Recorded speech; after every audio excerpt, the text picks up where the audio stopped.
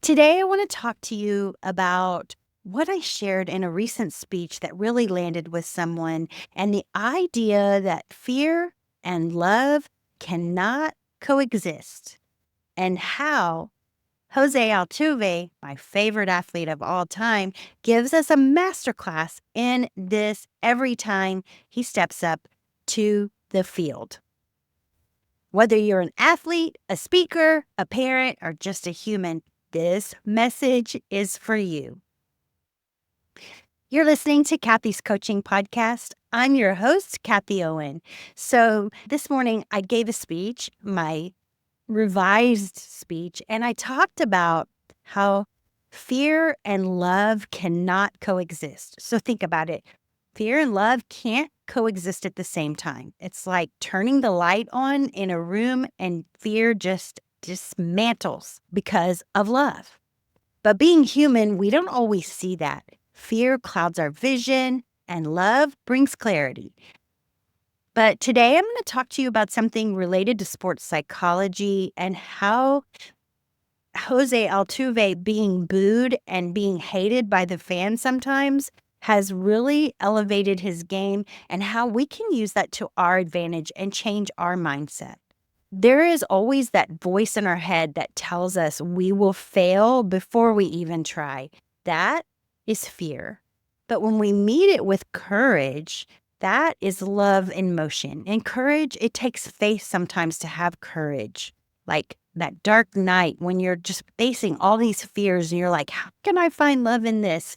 And then when you meet it with courage, that is love in motion. So let's talk about how Jose Altuve has been booed and heckled.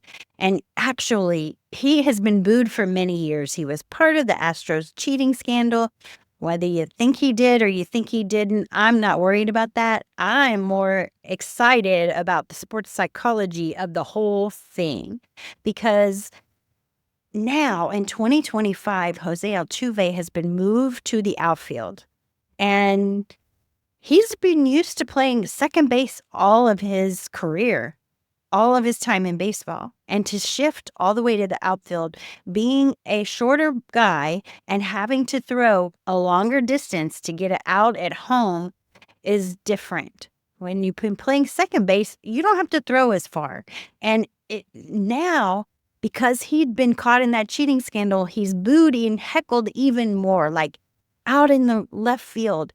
The fans over there will heckle him while he's standing there. And how does he avoid that? And that's what we're talking about today, because related to your own life, and think about, how do I handle people booing me? How do I handle people not liking me and things not going the way I thought they were? You know, those expectations. All right.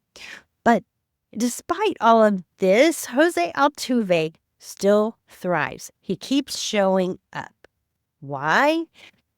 Well, let me introduce to you this sports psychology principle that's also a military principle, and it's controlling the controllables. This happens in sports psychology. We talk about what can we control, what can't we control, and let's talk about that and kind of shift our perspective on finding fear in something. There's things in sports that you just can't control. You can't control the fans' opinions, the media's narratives, the stadium atmosphere. You can't control past mistakes or even public perception.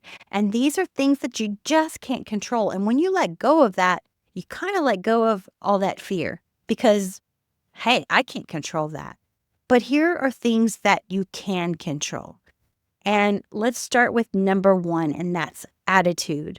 And this is something I talked about today when the person asked me, they asked me, how can fear and love coexist? And I said, well, in sports psychology, we talk about controlling the controllables. So like, what can you control? Well, you can control your attitude. You can control what you choose to pay attention to. So in Jose Altuve's instance, he chooses to stay focused, not flustered and not confused. And think about it, when you're confronted with something that you can control. You can control your attitude about it. And that is helpful to know. And number 2 is your effort. And this is something else I told them. I said, you can control your effort. And think about an athlete. He controls his effort. He can control giving his 100% to his preparation and his play. And this is helpful too, because you can control your effort. It's like, don't give up. Just keep on going. And don't give up just because somebody's booing you. And then there's number 3, which is focus. Jose Altuve locks in on the present pitch, not the one that's coming later and not the one that already passed. Do you see what I'm getting at here? He controls what he can on his focus.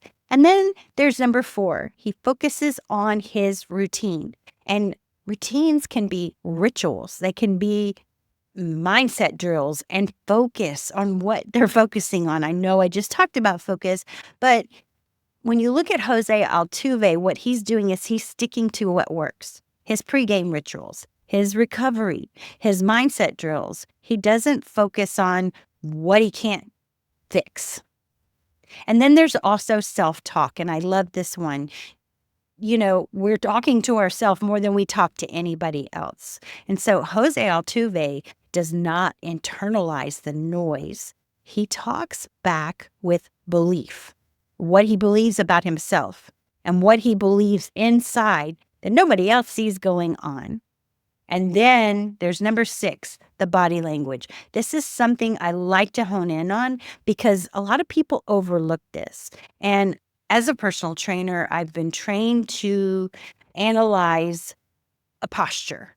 And your posture says a lot about you. So if you're slumping your shoulders, if you're acting like a victim and your body language is showing that is going to relay over to other things. And it's something you can control. You carry yourself like a professional, even when it's hard. I invite you to look at, what am I focusing on right now that's out of my control? And what shift if I poured all that energy into what I can control instead? So here's what we can control, at least from my list today. We have attitude, we have effort, we have focus, we have routines, we have our self-talk, and we have our body language. And all of those things can contribute to making you feel better or making you realize, hey, I can control this. I want to tie this back to you. And I want you to remember we all have fans inside our heads. And sometimes they are booing. But like Jose Altuve, we get to decide where our focus goes. Do we lean into fear or do we lead with love? And I'd like to share my own booing moment. And this has been happening to me kind of frequently here. I wake up with anxiety. I'm trying to reprogram a lot of stuff that really didn't work in my life. And now it's like coming up with nighttime anxiety. And I had a speech today that I had to be like on point for. But my sleep was not very good last night. But I decided I'm going to control what I can control and go do my speech and take that action after a night of anxiety. And it really helps when you take that action and you realize what you can control. And I also want to tie this into Neville Goddard's teachings, where everyone is you pushed out. And I spoke about this to my friend at the meeting today. And I told her, I said, really and truly, if you think about it, we all have booing fans inside our own inner critic. And what if those fans that are booing you, that are so-called booing you, are just projected out? And so if Jose Altuve takes this attitude, which I assume he does, but he realizes that that's about them, or it's not about him. And it's about how he feels inside. And he controls those things by controlling his inner talk. And he doesn't let that affect him. So you can also control your breath. You can control your presence. You can control your thoughts. You can control your preparation, your recovery, and that's where your power lies. I want to give you a couple of journal prompts if you want to work on this. I will include them in the show notes and description below if you want to just copy and paste them. And also, I will have a blog post that goes with today's video that you can go look at and has bonus resources. I want to say there are two journal prompts. The first one is, where in my life am I giving power to things I can't control? And where I would journal on that is, where was I giving my anxiety to over things that I couldn't control in the middle of the night? It's just almost like no courage, no faith, no understanding there that you do that. And then the second journal prompt would be, what would shift if I let that go and focused only on what's mine to lead?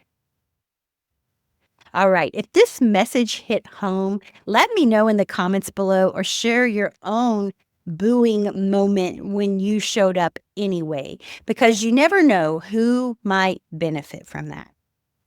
And if you want more mindset tools like this, subscribe. We go deep into sports psychology, manifestation, personal growth every single week, or maybe even more. All right, that's my episode for today. I trust that you found it helpful. If you know someone who can benefit from this, please share it with them. And until next time, I will see you next time. Peace out and namaste.